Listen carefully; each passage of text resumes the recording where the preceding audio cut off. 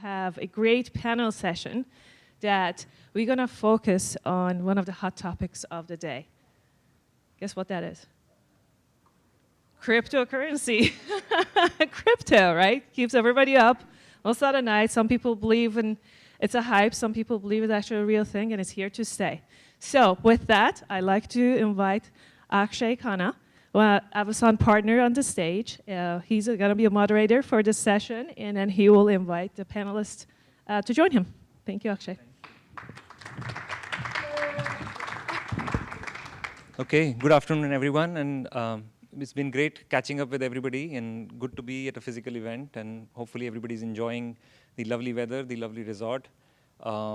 So it is the cool people panel, but I think more cool people need to trickle in. But we'll get started. We'll have fun here at this panel. I have some amazing speakers and thinkers from crypto to quantum.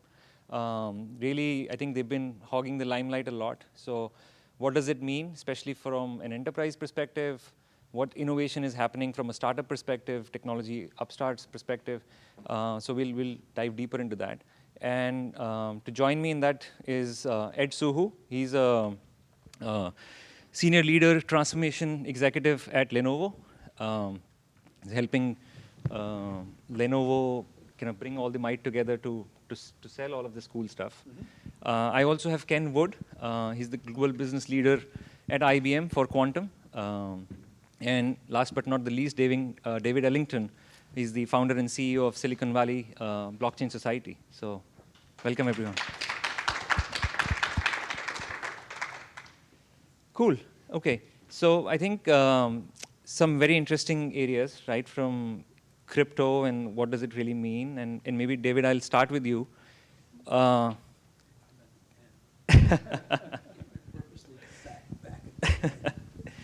So, I mean, we've been. Can you all hear me? Testing. Thanks. Yes, yes.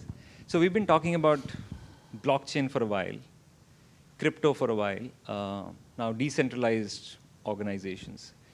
I mean, is it real?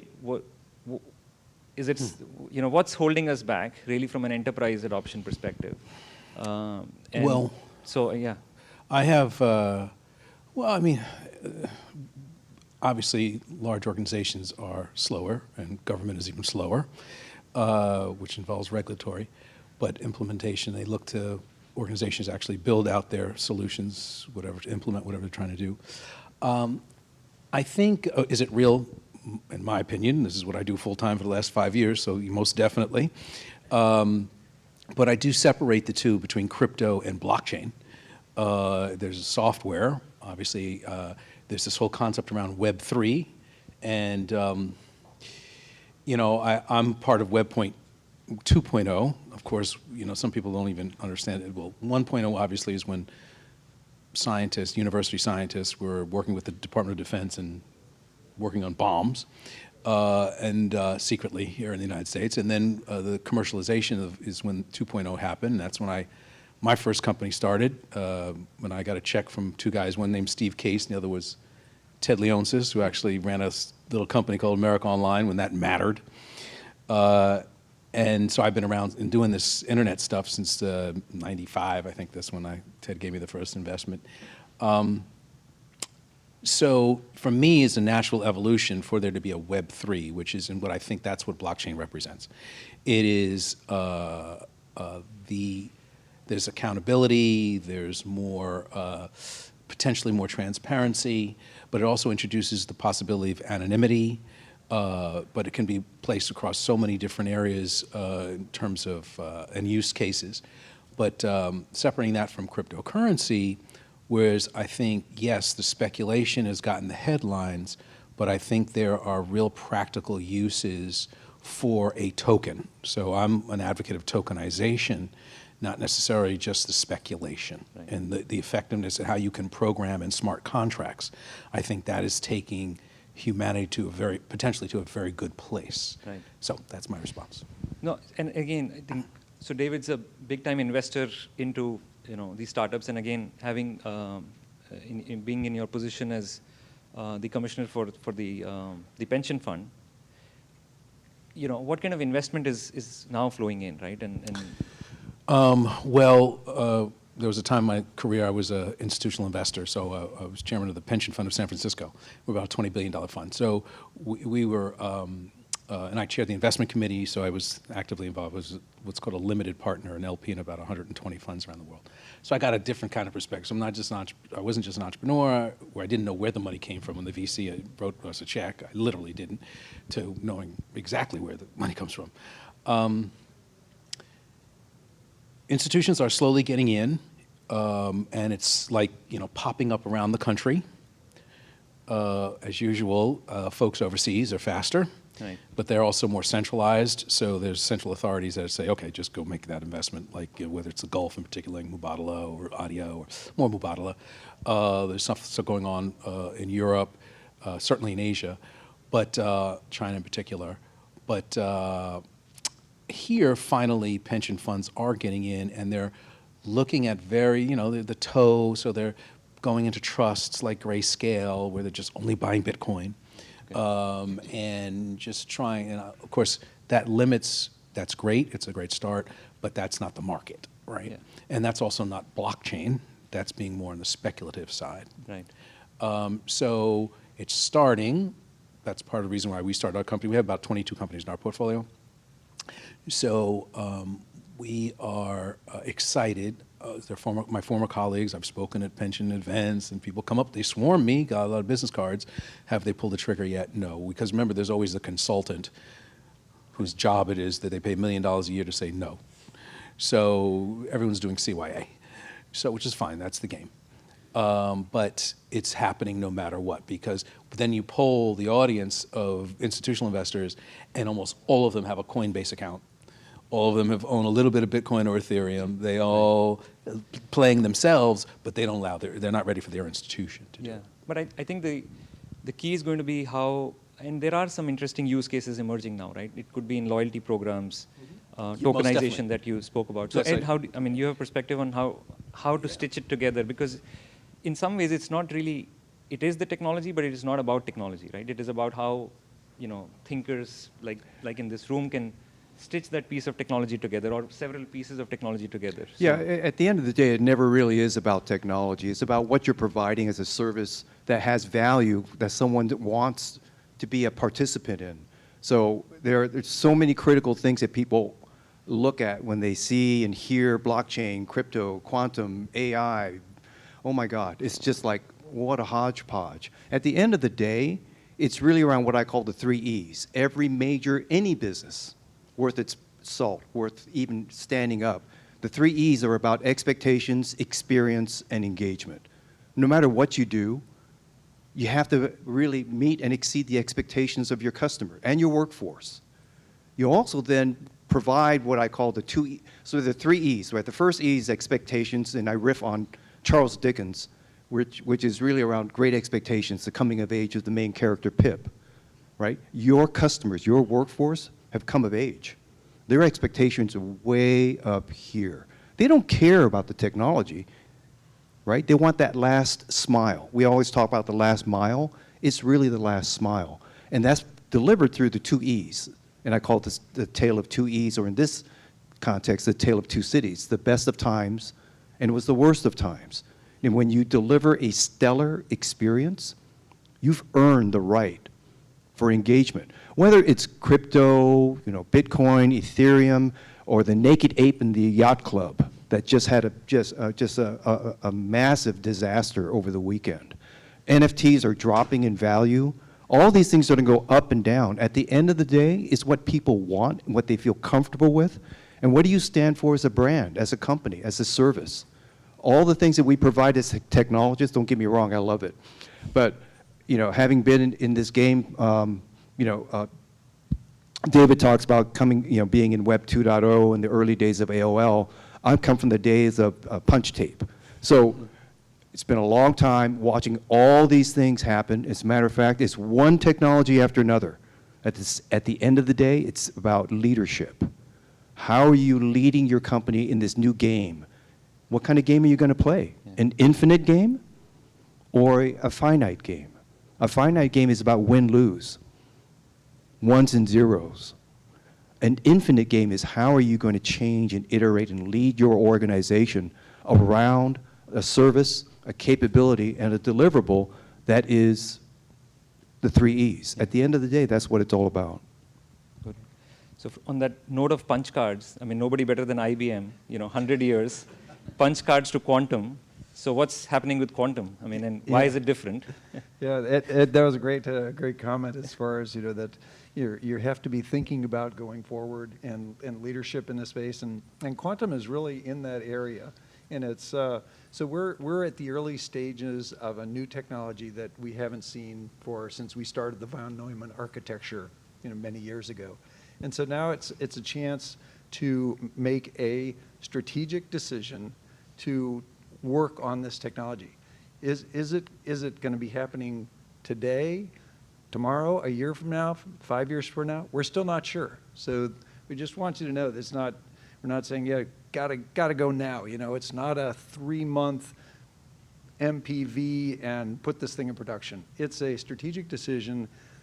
Learn how to use these new tools, because what we're doing is we're investing in a roadmap to get us to systems that are really going to change computation. They're going to be partnered with all these systems that we've got today. They're going to be partnered with our classical systems to deliver new ways to solve these really tough problems that we're all struggling with. Chemistry problems. You're looking at problems like in optimization problems. Or it's those complex data structure problems. And this is going to give us a new tool for trying to solve some of those problems. So talk to us about how should enterprises be thinking about, adapting this or tinkering with this? Because like you said, it's different than doing a AI or RPA, proof of concept. So, I mean, what are you talking to your clients about, and what are they asking you? Yeah, that's a great question. Thank you, Akshay. Just to give you an example, so we work with a whole variety of leading world-class companies. So ExxonMobil, we're working with, also with Samsung, JP Morgan Chase, Mizuho Bank. And so one of our clients is Boeing. Okay. And I was meeting with their lead researcher, and just, so tell me, why are you doing this? Why are you doing this now? And they said, so the whole point of the work they're doing right now is, and this is a group that's working on the composites, of looking at the composites on the new airliners and how those pieces go together. They're looking at corrosion. They're looking at optimization. They just said, gosh, Ken, all we want to do today, we just want to learn how to use these tools, take a problem that we could do in classical today, and put that onto a quantum system, and make it work as good as we can do today, because we know the roadmap that you're working on and delivering means that we're on a path to get a better solution in the not too distant future. Right. Okay. So I'm really curious about quantum. I mean, there's one or zero, and then there's 1 and 0. That's right. Yeah. Right? So that's like patting your head and rubbing your stomach at the same time. There you go. Is that quantum? Yeah, that's a great question. That's Yeah, gonna be that's it. Definitely it. You got it. You nailed it. Masterclass on it. Yeah, this is definitely different from our classical computing structures. And I just say there's 2 fundamental things that are different. This is, we have, these are properties of physics that if, you have quantum mechanics, you have quantum entanglement, and you've got interference. Right. And that's something that, we're not applying those types of things in our current architectures that we're using. So what it does, it just gives you a much larger state space to look at these very complex problems. So, how big are those spaces? Well, it's exponential with the number of qubits that you apply to the problem. Well, if you start taking 2 to the n, you get a real large number. After you get to 50, that's well over 1 million. But every time you double after that. So today we're building systems that are greater than 100 qubits. So now we're in a space where if all those were perfect qubits, there's no systems today that could simulate that. Yeah. So we're on a path with some very exciting technology. So is it a quantum race by geopolitics? Where do you see that? Oh, that's a great question, Ed. Yeah. Yeah, you know, it's around the world now where governments are investing in this. So you see that the Brits they've had a long-term program. The French, you see the Germans, the Japanese, the Chinese, of course, as well. We've actually now installed systems in Germany and in Japan for the sole use, one for the University of Tokyo and their partner group of companies like Toyota, Mitsubishi Chemical, a variety of others. And then also for Fraunhofer in Germany, we put a dedicated system there, And I think they're one of- running jobs. Sorry. So, I think it's definitely a tech supremacy where countries are chasing this, right? And I think with the entire data residency, all of those issues are going to come together and make this even more complex. So I think nation states are definitely more interested in it. Can I jump in there? Sure. There's another kind of odd example.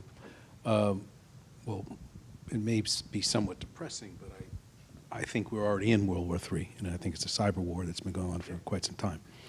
And certainly it's not going to abate anytime soon. But what I do see is China aggressively using blockchain, Yeah. and with their One Belt strategy across most of Asia and tying all the way to Europe, my understanding is, my latest understanding, is the point is they want people to use their yuan, their actual currency, Yeah. to be able to pay them and create an ecosystem around their digital currency on a blockchain, which is their own proprietary blockchain. So when you ask the question, where is this going, is this relevant, it doesn't matter what we think in this room. It's happening. One of the largest players on planet Earth, the largest economy, is doing it and moving forward. I think obviously that is an attack on the central power of the U.S. dollar as being the world's reserve currency. And I think there's a whole host of players, including India. There's no one wants, if you're not American, why do you want the American dollar to be so, preeminent? So I think, so here's tying with quantum, tying with blockchain, and the geopolitical question, where it's happening. So blockchain's relevant, period. Get over it. So what is your play? I think it's all about kind of stitching it together for the right use cases. So, I mean, what about using it for some really hard problems? I mean, these are kind of frontier technologies like we were talking, David. I mean, are there use cases for this? Cybersecurity is a big issue. Massive. Sustainability, as the world moves, to Identity, especially So, refugees. kind of I what's your know take? one of my business partners on the board of the Norwegian Refugee Council, which is the largest in the world outside of the UN. And he's telling me how we're talking to them about possibly some kind of advising them in trying to develop that identity so that no matter where they end up in the world, Right. there may be even the long lat of where that blown up house that they had or land that they had so they can prove it was theirs at some day again. Health records and money. Yeah. Digital currency, Bitcoin, all that being in a wallet, a blockchain-based digital wallet or some kind of identifier. So, yeah, that's one, there's one use case. Right. Yeah, which then begs the question whether there's money, there's people wanting your money, right? Security, things of that nature, Most quantum, definitely. breaking down. And that's Cybersecurity. That's one of the most asked questions that we get is how soon is quantum going to decrypt RSA codes? And do we have to be worried about that? And the answer is yes. It's not it's not next week. It's not next year. It's a ways off in the future. But the data that we're storing today is going to be around for a long time. So you have to take care of it today. So there's NIST standards underway now. Looks like 2024-ish time frame for quantum safe types of cryptography methods. So my question to you then is quantum, yes, there'll be quantum attacks, but will there be quantum defenses? Oh, yeah. Yeah, I think the perspective from our team is this quantum safe technologies are something that in the next couple of years you should be able to start to deploy and protect your data now from that time when we've got big enough, strong enough quantum systems that you'd have to worry about it. Yeah. But right now, what we're focusing on with quantum is those applications that are business problems. Right. It's not worried about the bad actor. It's trying to solve the tough problems. So where do you find the skill sets? I mean, there's a whole different skill set for quantum versus what we do today? Yeah, that's a great question. So we've actually got a massive education program underway. We've now got 3 million digital learners that have been on our platform. And we're partnering with 280 universities now that use our Qiskit software stack for quantum computing. We just had a summer school last year, global summer school, 4,000 attendees for our global summer school. And just the interns, to get to be an intern at IBM, we had 10,000 applications to be a summer intern on our quantum program.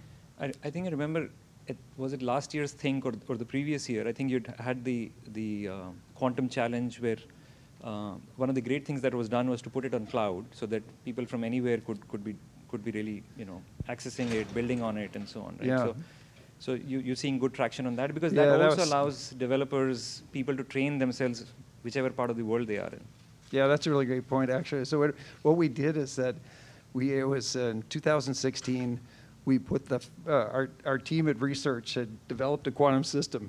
And they said, why don't we put it in cloud and see if anybody tries this thing out, right? And so they did. 2016, put it up there, 5-qubit system, and they were surprised. A lot of people tried this out. So where are you seeing developers coming from?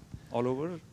It's, there's still, I'd say there's pockets. We have about 400,000 users that are out there registered on the system now. So this isn't a small group anymore.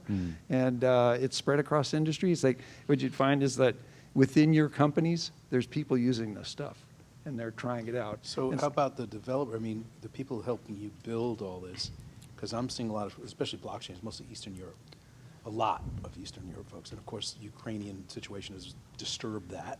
Interesting. I was just wondering, how do you, because we need an army of folks to help you build what you're trying to build, because it touches so many things. Well, they have the billions of dollars of the IBM research. Yeah. Yeah. That's true too. And they've got something to build on, but. Yeah. I'd say it's still in the early days of that, and it's building that work. We're focused on workforce development, and I think that's a topic that they're discussing upstairs right now as well. But that's really important for us. We think the ecosystem battle is huge. So we have to win that one, and so we're focused on having a software stack that's open source, Right. and anybody can use. You can just go download it. You could download it tomorrow, put it on your system. And we're focused on education. There's hundreds of hours of YouTube videos teaching people how to use this. But then we built a partnership ecosystem around industry, academia, and government. And so we have 180 partners now in the IBM Quantum Network, top industrial firms. Then we set up hubs around the world, 20 different hubs that are our extension to our reach. And they've got over 50 members that are like, Anthem Insurance. They're one of our members. And I got a great story to tell you about Anthem. So Ken, with that, I'm curious, we have, digital assets, AI, and then we have digital ethics. What's with quantum and digital ethics? Is there anything there that? That's a great question. I wasn't prepared for that one. Digital, great job. I just say we are. Could you do bad things with these systems? Like, of course, and we're focused on enabling people to solve tough business problems. That's really our focus, and getting people educated. And I'd say on a positive side. One of the things Arvind did is that he took funds, and we are providing access to our premium systems. This is only group that we're doing this to the historically black colleges here in the United States. 24 different institutions at helping to bring that technology in early into those students. I think it's all about. My perspective is it's all about the education. Each technology, any technology, can be used. For the good, for the bad, or whatever. So I do want to go back to that reskilling part, right? And I will come to you, David, because you helped early stage companies get them ready for enterprise. But then, from your perspective, Ed, how are you looking at? There's the technical reskilling or retraining or retaining, right? It's all about that. But at the end of the day, it's also about a number of things where you want to bring. There was this guy that was interviewed at Southwest Airlines, and he became the CMO at Airbnb. The article is about fresh eyes and wise eyes, right? It's not all about new people coming in and just displacing the old guard, et cetera, or the old guard dissing the new guard coming in and say, you guys haven't figured out what gravity is. So there are all sorts of things where you have to bring both sets of eyes into that lifeboat, into that corporate, let's say, whiteboard, and say, what are we trying to do? How are we going to do it? What do we have? What assets do we have in play, right? It's sort of like the Apollo 13, right? He threw out a box that says, this is what you got to work with. You got to put a square peg into a round hole. And you got to do it under a duress of time. And you have to do it with these limits of physics. Same thing applies to all of the personnel that you're teaming with in your company today, internally, but more importantly, externally. Who are your ecosystem partners? When I chat with my teams, I always ask, if you go camping and you look up at the sky at night, what do you see? And they all say stars. I said, that's interesting. I see constellations. I see things that are connected. I see stories. I see solutions. And these are the types of things we get enamored in our industry, because of the technology. It's wonderful. I mean, I went from one war to another, PC wars to database wars to local area networks. It's endless. The thing is, how does it apply to your company and your team? And as leaders, our job is really, I have 8 startups under my belt, right? So 3 absolute disasters, 3 buyouts, and 2 IPOs. And what I learned was that my job was not to lead. My job was to develop leaders. And as organizations here, as you start looking at these new technologies, there's never a shortage of it, I can guarantee you. But there's going to be a shortage of leaders. How do you prepare them? How do you engage them? How do you empower them? So I always use a methodology I call ACE, A3, C3, E3. A3 is assess, adapt, and act. C3 is take the content, build context, and drive curiosity. And then E3 is engage, empower, and educate. So we think about skills, teams, and leadership is really critical because, again, the sun will never set on technology. The sun will set on leadership and skills. The thinkers and the doers, and the dreamers. That's right. Yeah. Yeah, and I just wanted to add a little bit to your comment too, Ed, is that, so, this quantum's in that realm right now where it's the leadership teams of organizations that are deciding, they've got to decide, okay, do I start now or do I wait? Well, so we have, this is an executive conversation. It's not this isn't a bottoms-up technology because the risks are big. If this delivers what we plan to deliver, it's very disruptive. Yeah. So if you look at, so we've engaged with a variety of clients directly, and then we set up these hubs I was mentioning, and one of those members that joined a hub was Anthem. So this is the chief, you may know him, but the chief digital officer at Anthem is Rajiv Ranaki. And he said, we've just got to get involved in quantum. We got these massive data problems, these sets of patient records, we got to figure out how to dissect it. So they joined our NC State hub in North Carolina. This is right at the start of COVID. And we're just like, okay, let's see how this goes. It's all going to be remote. And we keep calling them like, when are you guys going to get started? We're just, when are you going to get your team together? There's a month goes by, another month. Finally, they go, we're ready. So here's our leader. We just hired him. He's a physicist from Oak Ridge National Lab, has a background in quantum. And he's bringing with him 12 data scientists from our team. And he shows up at NC State. They said, give us teach us machine learning for quantum computing. That professor was excited. So here came a bunch of experts, and that's been a great program, and they're super happy. So that's from workforce development and just how to get started. Yeah, really has to start top-down, executive level. Absolutely. But, from your perspective, when you look from an investor's perspective, you look from the early stage startup, how do you see them kind of getting ready for the enterprise action, right? How do you, or how do you prep them for it? I think many people will be surprised at how many corporate folks are spinning out and to join these kinds of firms. You know, it's a greenfield. It's you also have especially engineers who are who are leaving, you know, Meta, Facebook, or Google because they're tired of that. Many folks who are going to values or going to ethics. There's the issue of privacy that's very attractive that blockchain represents potential. There's the issue of transparency. So, I mean, these are things that are being weaved in, and we're looking at companies in like 4 main categories: health, wealth, work, and impact. Okay. And they all have obviously matrix out from there.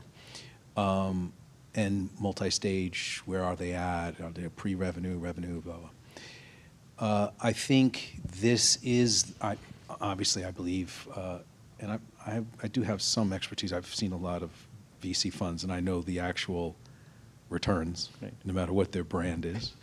You know, you make 100 investments, all you need is one Google, and Yeah, you're exactly. a genius, That's right. right? Welcome to venture. I'm sorry, I wasn't supposed to say that in public, but I did. The point is that there's a lot. I'm really pleased. There's nothing else on earth and no area that I want to invest in. And quantum is part of it, or these innovative technologies, matter fintech, IoT, AI. I'm on the advisor to Space Fund, for example, and the technology that are developing in space are just unbelievable, that are remarkable so that humans and life can survive out there.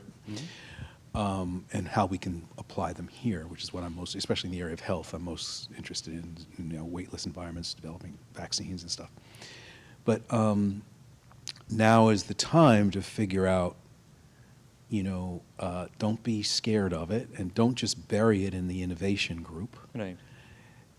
Give them the wherewithal to move something forward, tie them to performance, or tie them to whatever the missions are, or whatever. And this is the piece that comes in, because folks in other parts of the planet are doing it, and they're not waiting for American companies to consider. Wait, America's not leading like that anymore. Wake up. Right. Don't be mad at me. Yeah. It's just- Completely agree. it's just- I think I was chatting with a contingent from the country of Georgia. They came to Silicon Valley to learn about VCs and startups and innovation, and I said, you know, the Valley has got one of the best PR machines in the world, Yeah. right? And we think we locked up innovation. It's not true. I said, innovation starts here. I don't care where you are, what country you're in, or what you do. And it's kind of fascinating. I think what you touched on, David, I thought was really interesting, is where these new engineers and the new generation, the workforce, you know, I call it the 6Gs, the greatest generations, the boomers, the millennials, and Gen Y, Gen X, Gen Z, they're all looking for values. They're all coming back to something that matters. And I think there's some very fascinating things of what's driving people now to, you know, leave really cool jobs. I mean, really What we good thought, we paying would jobs. think, you want to leave Google? Yeah, Would you wanna why? leave? Well, first of all, maybe the stock price isn't going to do it, then pop anymore. Right, But right. really, I get to come into this new company and build something. That's right. And there's this values element baked in. Yeah. Often, not always.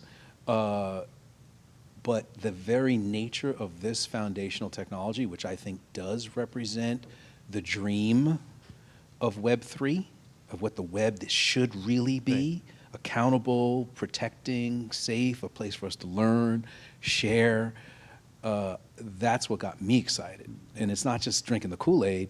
It's like, well, the companies we're funding and being a part of, that's what they're trying to build, those Right. tools. And they're going. There's nothing stopping these entrepreneurs. Yeah. They're not, and they find wealth is not, it's a joke to buy, we're making fun of Lamborghini. Yeah. They think that's a whole joke, and buying a big house and doing it, that's all a joke. I can rent that on a weekend, but then I can go back to my life and do what I really want to do, is build Yeah. this thing Yeah, here. but now they're It's a jumping different into the verse ethics, with different NFTs and values. virtual real estate, and so I find it kind of fascinating, this glad you hybrid mentioned aspect that. of Web3 and metaverse. There's metaverse. 3 other verses, right? There's adverse, diverse, and reverse. So just food for thought as you like go helter-skelter into these things, right? Really think about the verse in the context of what does it really mean for your life and for the people that you really care about. Keanu Reeves actually had a rude awakening. He was at a director's house for dinner and chatting with the teenage daughter, 13. She never saw The Matrix. And so the director goes, can you explain The Matrix to her? He goes, yeah, virtual world, real world. He was trying to decide which world that he wanted to be in. And he asked her, what world would you want to be in? She goes, why does it matter? So it's a different mindset. As you start thinking about these things that you're building and you're driving and creating and delivering, as you think about through all that, who are you trying to, provide services for? What do they feel like? I mean, do they jump out of bed with hair on fire every day? That's what I do, right? If you're not like that, it's just no bloody fun. I think you got to make it fun. So Yeah. I'm being conscious of time. So maybe 30 seconds, 40 seconds. David, any closing thoughts in terms of from a blockchain perspective? And then I'm going to come to you, Ken. Yes, I'm not an NFT or I think we have a long way. It's like quantum. I think we're a long way away from really building out a virtual world in the metaverse. But it'll be that generation. That's it. I mean, it's like I said, they don't value what we value. 90% of the people in this room, they don't care about money. They can have it all in a virtual world. Yeah. And they're cool with that. And that's like shocking. I mean, I've worked all my life to try to build it. They're like, why? And why do I want to own all this stuff? It's just like, I can leave it all in that little box. I can live there. And that's scary as hell to me, because no matter what side of the political spectrum you are, that is, I think that means it's less engaging. They're less engaged, but because they can just disappear into that world. So I'm very concerned about those things. But in terms of blockchain, you heard my ethics and my values and a piece that's baked in, and that's why I'm investing or finding in partners and doing that. Thanks. Yeah, great. Actually, thank you. So I would say from a quantum perspective, 3 things. So first is get started now.